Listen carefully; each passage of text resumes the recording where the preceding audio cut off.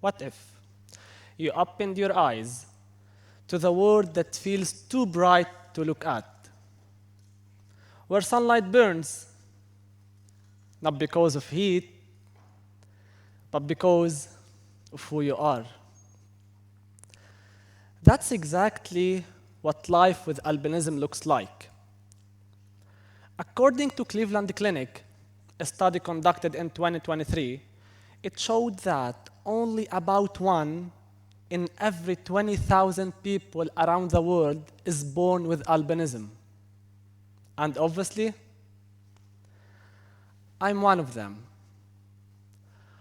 I grew up with albinism, which is a rare genetic condition where a person is born with little or no color in their eyes, hair, and skin. It happens because the body produces little or no amount of melanin, which is the substance that gives the body its color and protects it from sunlight. Think about this for a moment. You know that feeling of being noticed for all the wrong reasons? That's exactly how my story began. Before people knew who I am, they see how I look different. Growing up, that difference was something I had to face every single day.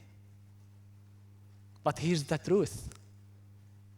My biggest challenge was never about how people saw me. Yet, it was about how I saw myself. As a child, I asked myself questions most kids never have to think about. Why do I look different? Why do I have to struggle to read the board in class? Why can't I play under the sun like everyone else? These weren't complaints. They were quiet battles I fought within myself. And each one taught me something about being strong.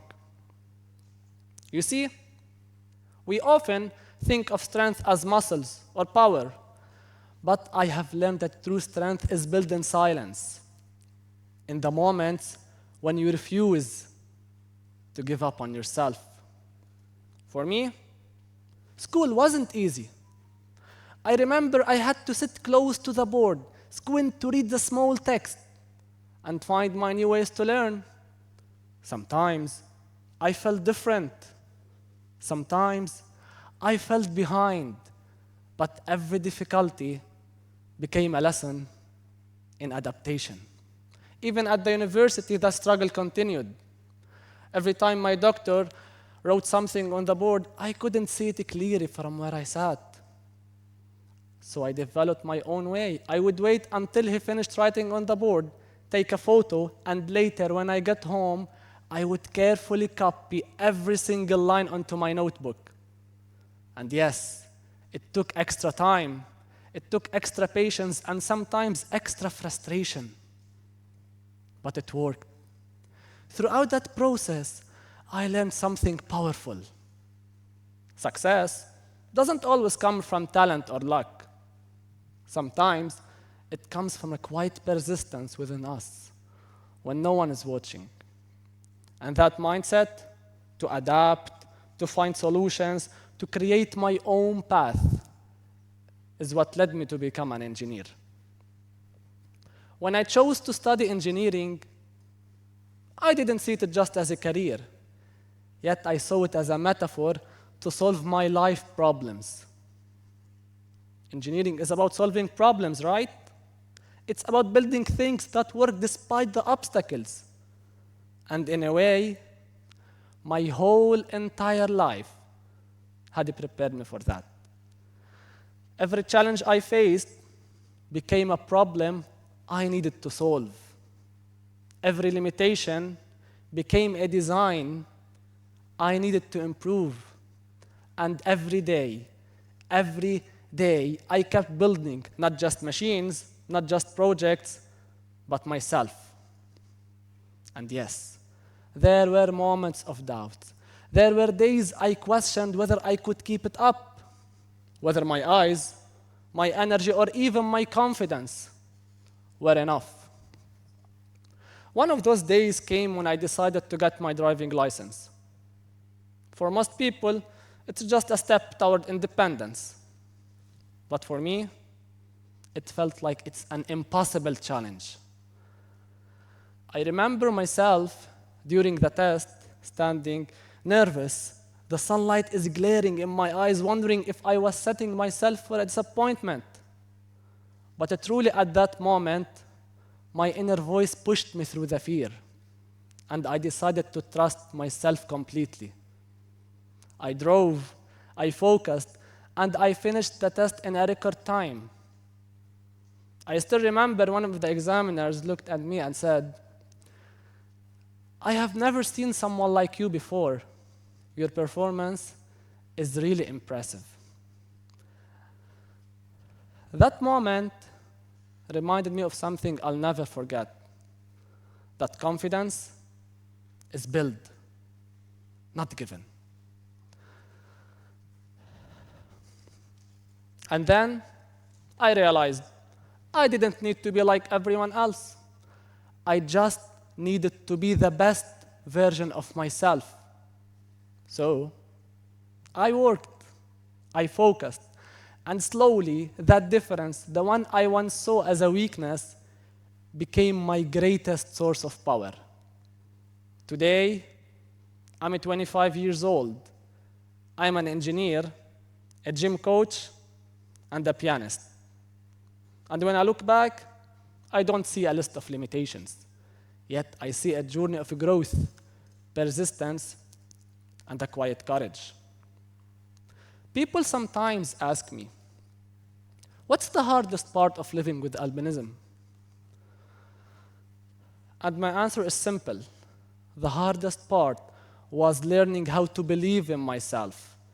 Because the world doesn't always tell you to believe in yourself when you're different.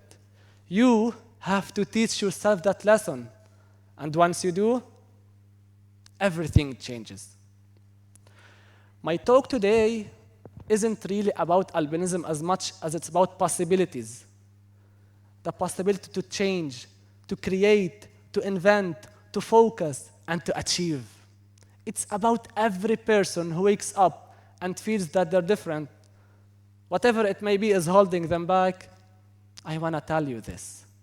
Being different is not your weakness. It is your advantage. It gives you a new way to see the world. It forces you to be creative.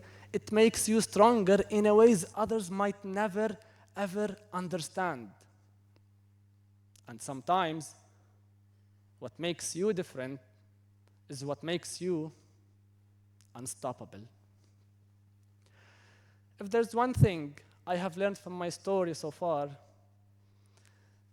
is that strength isn't something we find. It's something we design. It's something we build, just like a building. Every time I drive my car, I know my vision isn't as sharp as most of the drivers, but I also know I can still drive better than the vast majority of them. Every time I play piano, I know I might miss some notes, but I also know I will still play with passion. Every time I visit a new place, I know I will get these few strange looks, but I have learned to smile at them because they remind me of who I am. Every time we fail, we are sketching a new line in the blueprint of who we are becoming. Every time I faced the sunlight, every time I struggled to read the board in class, every time I doubted myself, I was building something invisible but powerful. It's belief. And that belief is the foundation of everything I have achieved. So today, as I stand here on this stage, I don't see a story about restrictions. I see a story about construction, about engineering strength, mindset, discipline, and hope from the raw materials life gave me. In the end, ladies and gentlemen, We are all engineers. We are all trying to make sense of our own material. Some are given strength, some are given struggle. I was given no light. I was given no color, but I have learned how to create art with it. And finally, my name is Mohamad Noureddine. I was born different, and today I'm standing out, not in spite of that difference, but because of it. Thank you.